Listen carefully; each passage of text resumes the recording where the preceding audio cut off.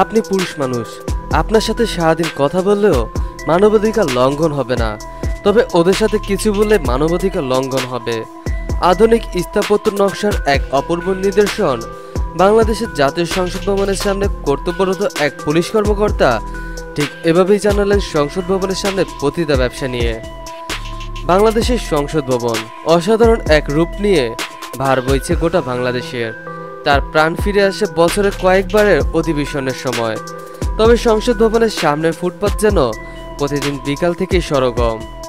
সন্ধ্যা হলেই আলো আঁধারের ছায়াতে প্রেমিক প্রেমিকা যুগলরা অনেকটাই ভাবনা চিন্তা থেকে একটু বাইরে চলে যেতে চায়। একটু আলোতে আবার দেখা মেলে সাধারণ কিছু মানুষের, যারা আসেন মুক্ত হওয়ার অজানা শুদ্ধ বাতাসের একটু গল্পতে মেতে উঠতে।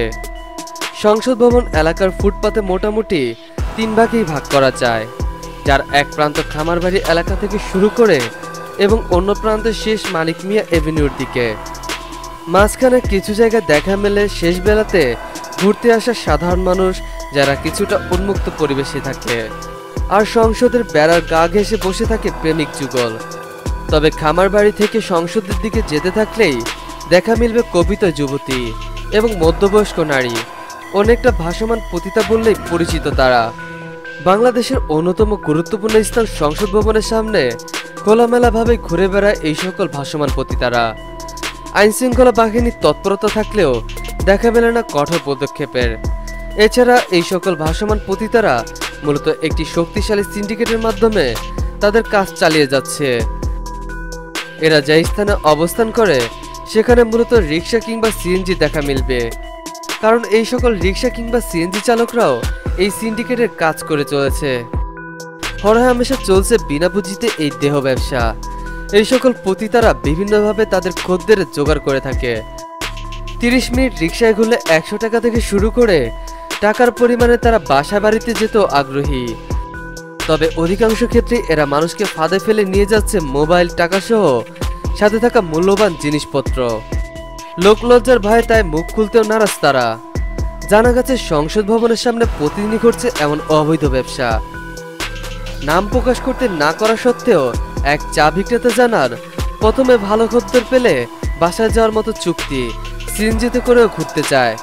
তবে অধিকাংশ ক্ষেত্রেই সিএনজি চালক পরিচিত থাকে। তারপর সিএনজিতে ওঠার পর কিছু দূর গেলেই ফাঁকা জায়গা পেলেই সব খতম। তারপর জামা কাপড় ছাড়া আর কিছুই থাকবে না আপনার। এই ব্যাপারে কর্তব্যরত এক পুলিশ কর্মকর্তা জানান, আমরা যে কয়েক ঘন্টা ডিউটিতে থাকি আমরা চেষ্টা করি পরিবেশ যেন ভালো থাকে।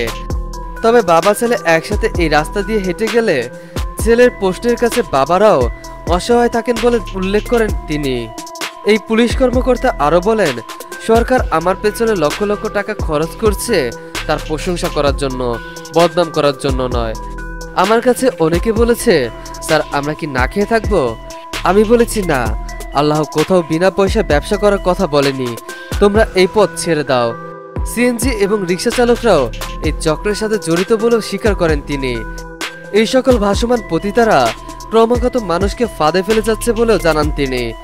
তবে সঠিক নির্দেশনা পেলে 1 সপ্তাহের মধ্যে সবকিছু বন্ধ করা সম্ভব বলে জানান তিনি আমাদেরকে।